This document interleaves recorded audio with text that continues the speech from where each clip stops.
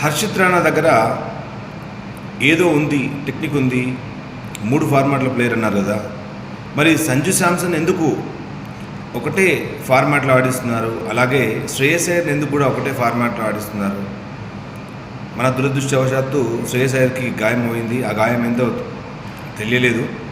But ఏంటంటే హర్షిత్ రాణాకి 23 ఏళ్ళే, ఇంకా అతన్ని ఎందుకు అప్పుడే అతను అంటున్నారు, అతన్ని ఆడనివ్వండి అని అంత చక్కగా మరి గౌతమ్ గంభీర్ స్టేట్మెంట్ ఇచ్చినప్పుడు మరి హర్షిత్ రాణా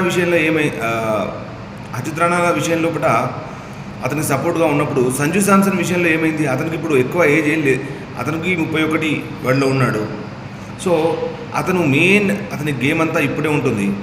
సో ఇలాంటి ఏజ్ లోపల అతనికి అవకాశం ఇవ్వాలి. లేదంటే అతనికి ఇంకా 20-30 ఏళ్ళు ఆడే అవకాశం లేదు. సో మరి సంజు శాంసన్ ఎందుకు పక్క పెడుతున్నారు? శ్రేయస్ అయ్యర్ ఎందుకు పక్కన పెడుతున్నారు? 56 యావరేజ్ ఉంది, అబౌవ్ 56 యావరేజ్ ఉంది వన్డేలో సంజు శాంసన్కి, సెంచరీలు ఉన్నాయి. సో అలాంటి సంజు శాంసన్ ఎందుకు పక్కకు పెడుతున్నారు?